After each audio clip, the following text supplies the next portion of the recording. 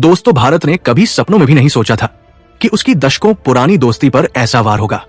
रूस, जिसे भारत हमेशा अपना सबसे करीबी साथी मानता रहा, वही रूस अचानक ऐसा खेल खेल जाएगा कि पूरी दुनिया हिल जाएगी। हथियार की डील भारत के साथ, लेकिन उसी हथियार का तोहफा पाकिस्तान को। सवाल उठता है, क्या पुतिन ने भारत की आपत्ति को यूं ही दरकिनार कर दिया, या फिर इस फैसले के पीछे कोई ऐसा रहस्य छिपा है जिसकी भनक आज तक किसी को नहीं लगी? खबर की जड़ पाकिस्तान का JF-17 थंडर ब्लॉक 3 है। अब इस विमान में लगेगा रूस का सबसे ताकतवर इंजन RD-93A में। पाकिस्तान और चीन मिलकर इसे भारत के राफेल और सुखोई के जवाब के तौर पर पेश कर रहे हैं। सोचिए, एक तरफ दोस्ती की दुहाई और दूसरी तरफ वही दोस्त भारत की हवाई सुरक्षा को चुनौती देने की तैयारी में लगा हुआ है। पहली नजर में ये खुला धोखा लगता है, ऐसा धोखा जो भारत रूस की दोस्ती में गहरी दरार डाल सकता है। लेकिन ठहरिए, क्या मामला वाकई इतना सीधा है, या ये सिर्फ ऊपर से दिखने वाला खेल है और असली चाल भारत की ओर से चली जा चुकी है? पाकिस्तान इस विमान को अपनी सबसे बड़ी सैन्य उपलब्धि बताता है, लेकिन सच ये है कि JF-17 की आत्मा हमेशा से रूस के इंजनों में ही बसती रही है। 2006 में भी भारत ने आपत्ति जताई थी, जब पुराने वर्जन में यही इंजन लगाया गया था। उस वक्त रूस ने सफाई दी थी कि वो इंजन पाकिस्तान को नहीं बल्कि चीन को दे रहा है, और चीन आगे किसे देता है ये उसकी मर्जी। ये था रूस का कूटनीतिक खेल। लेकिन अब 2025 में रूस ने वो पर्दा भी हटा दिया और पाकिस्तान को सीधे सप्लाई का ऐलान कर दिया। RD-93A में साधारण इंजन नहीं है, ये ताकत, रफ्तार और सहन शक्ति का ऐसा मेल है जो JF-17 को हवा में ज्यादा देर टिकाए रखेगा, उसे तेजी से ऊंचाई पकड़ने देगा और खतरनाक करतब दिखाने की क्षमता देगा। पाकिस्तान इसे भारत के राफेल का प्रतिद्वंदी बता रहा है। विशेषज्ञ भले ही इन दावों को खोखला मानते हों, लेकिन ये इंजन भारत के लिए नया सिरदर्द जरूर है। तो सवाल यही है, पुतिन ने भारत जैसे सबसे बड़े साझेदार की चिंता को नजरअंदाज क्यों किया? असल में ये मजबूरी और राजनीति का संगम है। यूक्रेन युद्ध के बाद रूस की अर्थव्यवस्था चरमरा गई है। पश्चिमी प्रतिबंधों ने उसकी हालत पतली कर दी है। ऐसे में पाकिस्तान जैसा कैश देने वाला ग्राहक उसके लिए सोने की खान है। साथ ही ये संदेश भी देना है कि रूस सिर्फ भारत पर निर्भर नहीं, बल्कि पाकिस्तान और सीपेक में भी अपनी मौजूदगी रखता है। यह है रूस का बैलेंसिंग एक्ट, भारत को भी साथ रखना और पाकिस्तान को भी खुश करना। लेकिन यहाँ छिपा है असली ट्विस्ट। जो दिख रहा है वो असल कहानी नहीं है। भारत के रणनीतिक दिमाग ने इस झटके को मौके में बदल दिया है।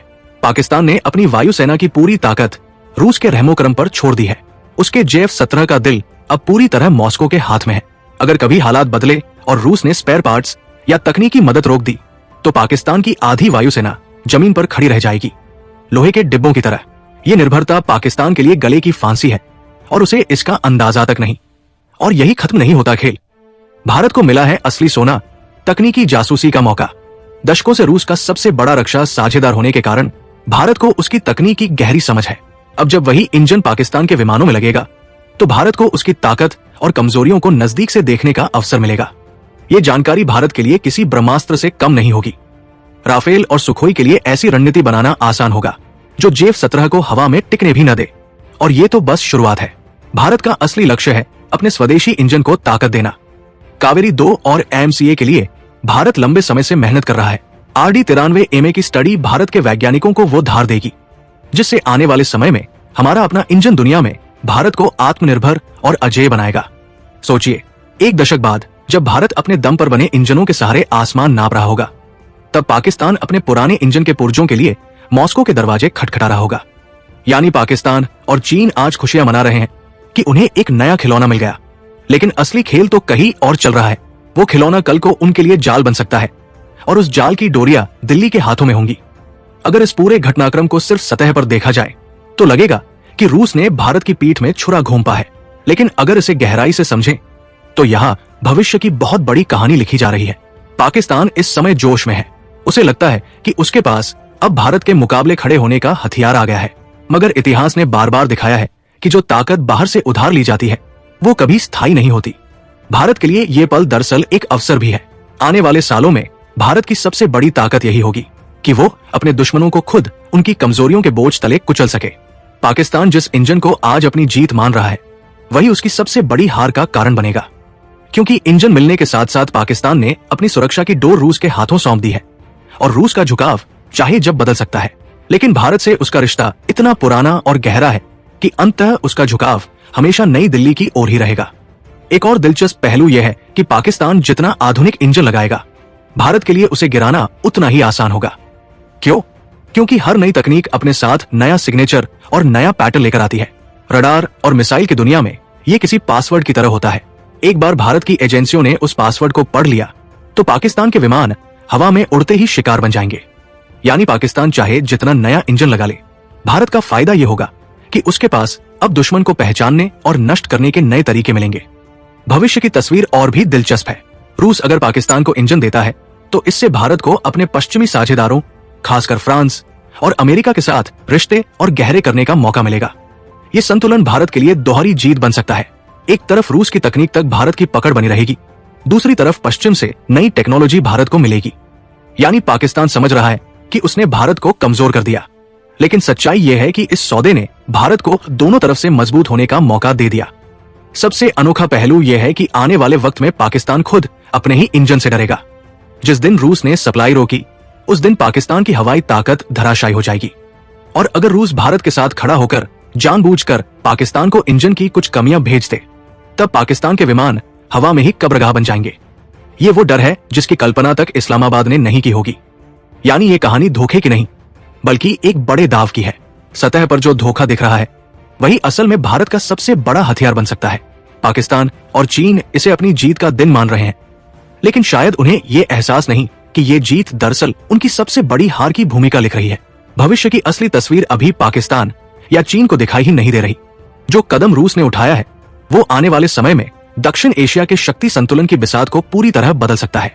एक अनोखी संभावना यह है कि पाकिस्तान की वायुसेना, जो आज खुद को राफेल और सुखोई के बराबर मानकर इतराती है, आने वाले कुछ सालों में तकनीकी निर्भरता का शिकार हो जाए। जैसे ही उसके JF-17 विमान पूरी तरह रूसी इंजनों पर निर्भर होंगे, उनका भविष्य रूस के फैसलों और दोनों देशों के संबंधों से प्रभावित हो सकता है। अगर भारत और रूस के रिश्ते और गहरे होते हैं तो मॉस्को के किसी भी फैसले का असर पाकिस्तान की वायुसेना की परिचालन क्षमता पर पड़ सकता है। ऐसी स्थिति में स्पेयर पार्ट्स या तकनीकी सहायता में देरी होने पर पाकिस्तान के कई विमान लंबे समय तक हैंगरों में खड़े रह सकते हैं। एक और दिलचस्प संभावना यह है कि भारत इस इंजन का गहन तकनीकी अध्ययन अपने वैज्ञानिकों के लिए एक महत्वपूर्ण अवसर के रूप में इस्तेमाल करे। पाकिस्तान सोचता है कि वह राफेल को टक्कर देगा, लेकिन भारत के लिए यही इंजन अगली पीढ़ी के लड़ाकू विमानों के विकास में उपयोगी अध्ययन का विषय बन सकता है। अगले 10 वर्षों में जब भारत AMCA जैसे 5th जनरेशन लड़ाकू विमान स्वदेशी इंजनों के साथ सेवा में लाने की दिशा में आगे बढ़ेगा, तब पाकिस्तान को अपने बेड़े के रखरखाव के लिए विदेशी आपूर्तिकर्ताओं पर निर्भर रहना पड़ सकता है। यह भी संभव है कि भविष्य में रूस इस सौदे का इस्तेमाल भारत और पाकिस्तान दोनों के साथ अपने रणनीतिक संबंधों में संतुलन बनाए रखने के लिए करे। जब आर्थिक हित प्रमुख होंगे तब वो पाकिस्तान के साथ रक्षा सहयोग बढ़ाएगा, और जब राजनीतिक या रणनीतिक हित सामने होंगे तब भारत के साथ संबंधों को प्राथमिकता देगा। लेकिन इस पूरे खेल में भारत की सबसे बड़ी ताकत उसकी संतुलित विदेश नीति हो सकती है। पश्चिम की आधुनिक तकनीक और रूस के साथ दशकों के रक्षा सहयोग से मिली तकनीकी समझ, इन दोनों का संयोजन भारत को एक अलग रणनीतिक बढ़त दे सकता है। इसी राजनीतिक और कूटनीतिक बिसात पर भारत एक ऐसी दीर्घकालिक रणनीति तैयार कर रहा है जिसके प्रभाव आने वाले वर्षों में दिखाई दे सकते हैं। रूस और पाकिस्तान की ये नजदीकी सतह पर भले ही दिल्ली के लिए एक कूटनीतिक चुनौती लगे, लेकिन यही स्थिति भारत को अपनी सैन्य प्राथमिकताओं का पुनर्मूल्यांकन करने और उन्हें और मजबूत बनाने का अवसर भी देती है। जब भी कोई देश अपनी सुरक्षा का महत्वपूर्ण हिस्सा किसी बाहरी महाशक्ति की आपूर्ति श्रृंखला पर निर्भर कर देता है, तब उसकी रणनीतिक स्वतंत्रता भी कुछ हद तक उसी पर निर्भर हो जाती है। JF-17 के मामले में पाकिस्तान पर भी यही तर्क लागू हो सकता है। वो इस विश्वास में है कि नए रूसी इंजनों के दम पर वो भारतीय वायुसेना को चुनौती दे पाएगा। वही भारत के पास रूसी मूल के विमानों के संचालन का दशकों का अनुभव है, जिससे उसे ऐसी प्रणालियों की कार्यप्रणाली को समझने में स्वाभाविक बढ़त मिलती है। इस पूरे घटनाक्रम का सबसे बड़ा रणनीतिक प्रभाव ये हो सकता है कि भारत अपनी रक्षा आत्मनिर्भरता की गति और तेज कर दे। स्वदेशी इंजन, आधुनिक सेंसर, नई मिसाइलें और उन्नत लड़ाकू विमान, इन सभी क्षेत्रों में निवेश और तेज हो सकता है। वैश्विक मंच पर भारत अब फ्रांस, अमेरिका और अन्य रणनीतिक साझेदारों के साथ अत्याधुनिक रक्षा तकनीक, संयुक्त अनुसंधान और तकनीकी सहयोग को और मजबूत करने की स्थिति में है।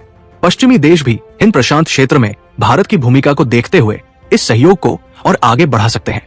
यानी मॉस्को के इस एक फैसले ने भारत के लिए पश्चिमी देशों के साथ रक्षा सहयोग के नए अवसर भी खोल दिए हैं। कूटनीति की इस शतरंज में पाकिस्तान एक ऐसे खिलाड़ी की स्थिति में है जिसकी रणनीतिक स्वतंत्रता सीमित हो सकती है। वही भारत कोशिश कर रहा है कि वो हर परिस्थिति को अपने दीर्घकालिक हितों के अनुरूप अवसर में बदले। ये एक ऐसा खामोश खेल है जहां जीत का शोर तुरंत सुनाई नहीं देता। असली परिणाम वर्षों बाद सामने आते हैं, जब तकनीक, कूटनीति और सैन्य तैयारी मिलकर क्षेत्रीय शक्ति संतुलन की नई तस्वीर बनाते हैं।